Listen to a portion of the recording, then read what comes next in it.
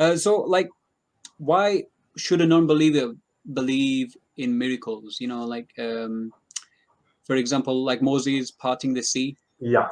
Why should like a non-believer believe in that, or should they Hmm. keep agnostic about that, or what would you say?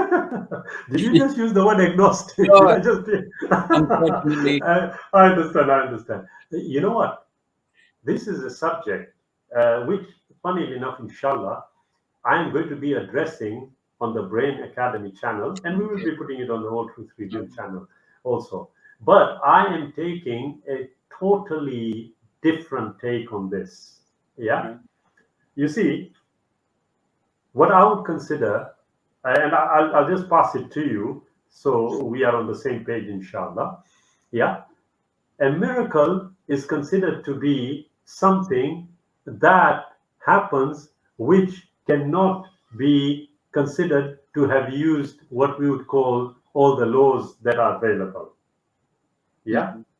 It is not a natural event, it is a supernatural event. Now, my view is that what we call a miracle is something that as yet is unexplained.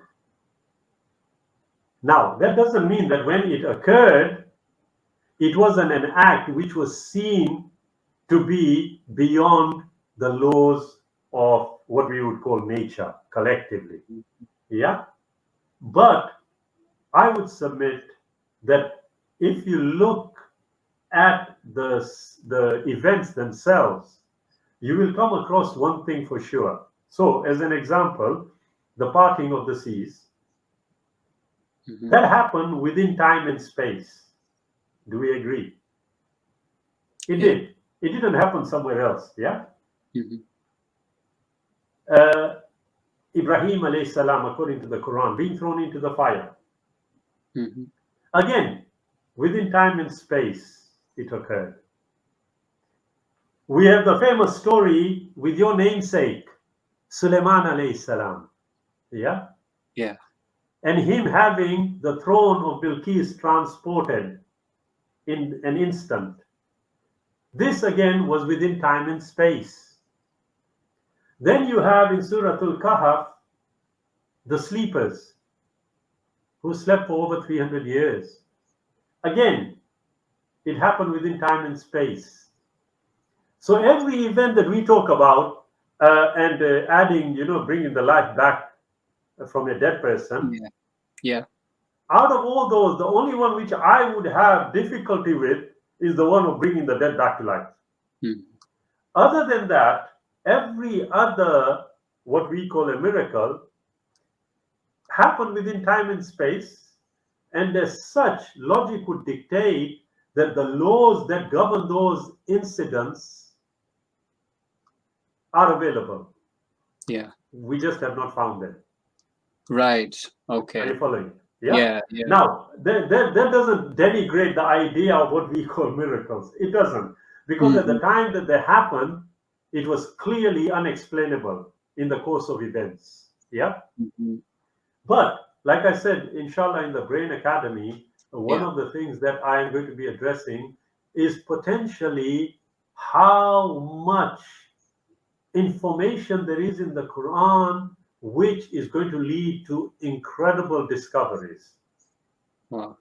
Yeah. But those have to be addressed in order to do that. I was just flippantly talking to the dear wife, yeah, and I was reading an article and I said, you know what? I have this odd feeling. Now, it started off with a thought, okay? I said, I have this odd feeling that there are 7 laws. We as human beings have established that when the universe began, okay, up to now, 4 laws that govern everything. Yeah? Yeah. And I'm thinking, I said, you know what? I don't think that is the case. Having read the Quran, I'm coming to a thought. I'm not saying it has been established. Yeah, Yeah. Yeah. I'm coming to the thought that there actually may be 7, not only 4. Yeah. Whoa. Okay. Inshallah, in the brain Yeah, yeah, extension no, channels, I'm going yeah, to yeah. be, No, I'm going no, to be, yeah, yeah, I'm going to I, be, yeah. yeah. But I've come, the indications are there. Yeah. Now, it was very odd that the next day I was reading an article and I quickly took it to her. I said, look at this. Because that article was talking about an experiment that was taking place in Geneva, they have got the particle accelerator, the Hadron Collider. Yeah. They say that there seems to be a sort of intimation of a fifth law. Yeah. Right. Now, I mean, to me, it was exciting news because just the day before, I was thinking, I'm having this idea of sir. But if you take the reasoning forward, what I'm suggesting is that look, there are still laws that yet need to be discovered, Mm-hmm. and when those laws are discovered, we will also discover many aspects related to what we call these miracles. Yeah. So Right. as an example, and I'm not moving away or veering away from what we would call the standard method of how things have been interpreted. Yeah. Yeah, But yeah. yeah, but you will find, as an example, the story of the sleepers in Surah Al-Kahf. Yeah. Uh-huh. They were there for 300 odd years. When they woke up, they were still the same as when they went to sleep. Mm. There's no mention of an aging process. Yeah. But we know that in the course of natural things, they should have aged, they should have died, and the bones only, if we were lucky, should have been found. But that's not Mm. what the ayahs say. They say that they remained alive. Not only that, but they were taking turns also. Now, a lot of people will give you the indication that, if you are bedridden, you will find that they actually turn you. Why? So you shouldn't develop sores. Okay?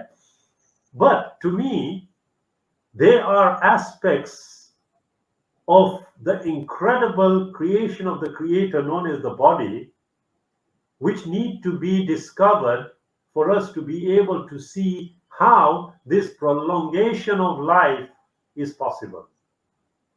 Now, a Right. lot of people are going to say, Brother Shabir, you are touching on dangerous waters here, yeah, in terms of how to Yeah. interpret ayahs of the Quran. To be honest Yeah, with I know. yeah, yeah. To be honest with you, actually, like I said, let the evidence lead to the conclusion. Yeah. Yeah, you're not forcing it on anyone or anything like that. Yeah, no, no, not at all. But if I were to say that the Quran says, consider this, consider that, think about this, think about that, yeah, the Creator has mentioned certain things in the Quran. But those things today have become the subject of investigation. So, Mm-hmm. for Yeah. example, like I said, I was talking to my brothers, and I said, the story is interesting about Sulaiman alayhi salam, and he's wanting to transport the throne of Bilqis. Yeah. He asked his group, and an Ifrit said, I will transport it by the time the meeting finishes. For some reason, that was not quick enough. It was not that she was arriving imminently, but for some odd reason, he says not quick enough. Yeah, the gist of it I'm giving. Yeah. And then the ayah turns, and it's an incredible turn of the ayah. The ayah says, then the one who possessed the knowledge said, I can transport it in the twinkling of an eye.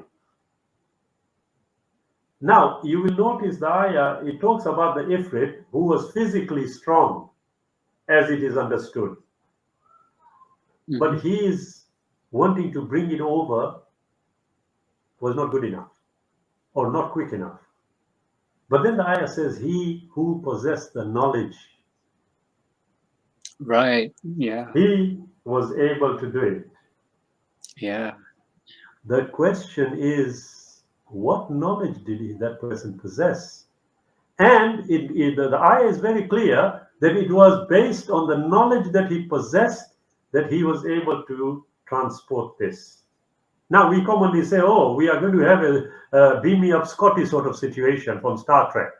Yeah. The reality here is that an event occurred. Now think about this, Brother Suleiman. So a throne has been transported. Do you not think wherever it was transported from, they would have noticed that something has gone missing? Yeah. Yeah. They should have noticed. Yeah. And if they didn't notice it, are there any historical records for this to verify? Now, you can see that this is asking for research to be undertaken. Yeah? But not only that, Australian scientists were managed to transport an atom from one location to another. Like Now, sorry. teleportation. You mean? Exactly, you got it in one. What do you think the transportation of the Yeah. No. throne No. was? Yeah? But just think about this, brother. If me and you were able to discover this and we opened a transport company, we would become billionaires in 1 year. Transport this, oh, no problem, you'll be there in 5 minutes. Yeah. No, but seriously, to me, No. alhamdulillah, there's a wealth of information that needs to be extracted just from this particular issue. Now, just to complete, for completeness, the scholars have actually named this individual as Ilyas bin Barshia. Yeah, he was a human being, an individual. So it is obvious that he possessed the information to be able to get this done.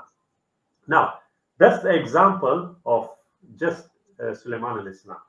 What I'm saying is that, when you use the word miracle, yeah, if we are to look at it, when it happened, guaranteed for the people, it would have been something that was beyond what was normal. Yeah, what was natural. But if we look at it from the angle of, or the lens of research, we will find incredible information we are going to be able to extract. Like I said, it's a thought process about the 7 laws. Yeah. Yeah. But I have this, like I said, inkling that that is what the Quran is pointing to. Yeah. And now it needs to be researched. I And think sorry. I agree.